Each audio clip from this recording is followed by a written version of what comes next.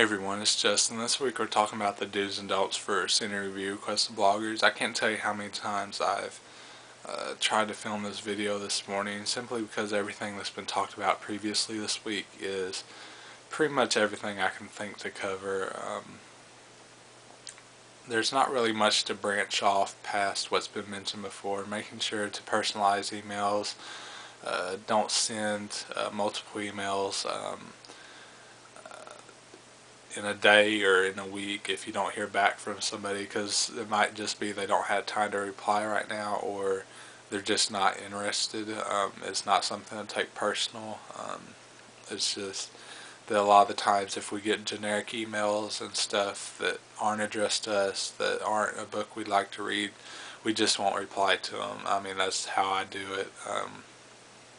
But if it is email that is polite, courteous, provides all the information, then I'll take the time to reply to the person and say, hey, I don't have the time to review this book right now, but I will put the email aside for whenever I do have time. And I think that's a good thing to do for me personally.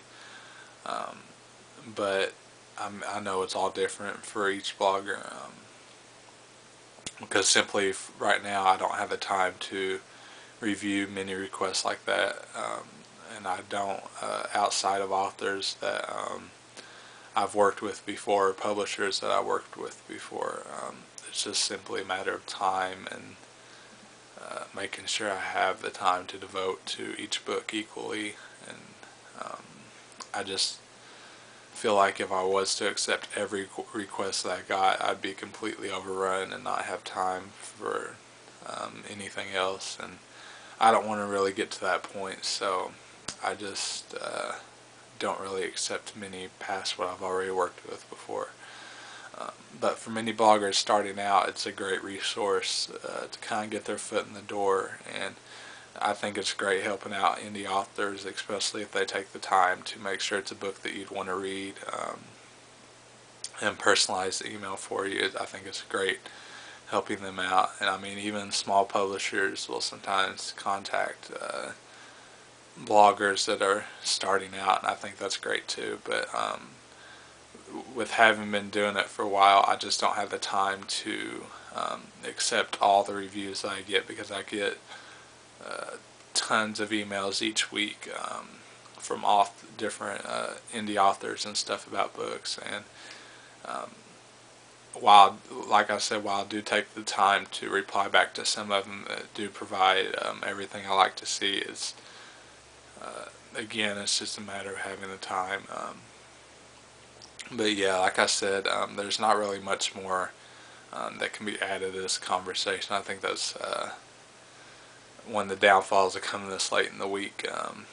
There's not really, I wish there was more I could add, simply because I think it's a wonderful topic and something that can help out a lot of bloggers and also authors, because it does go both ways.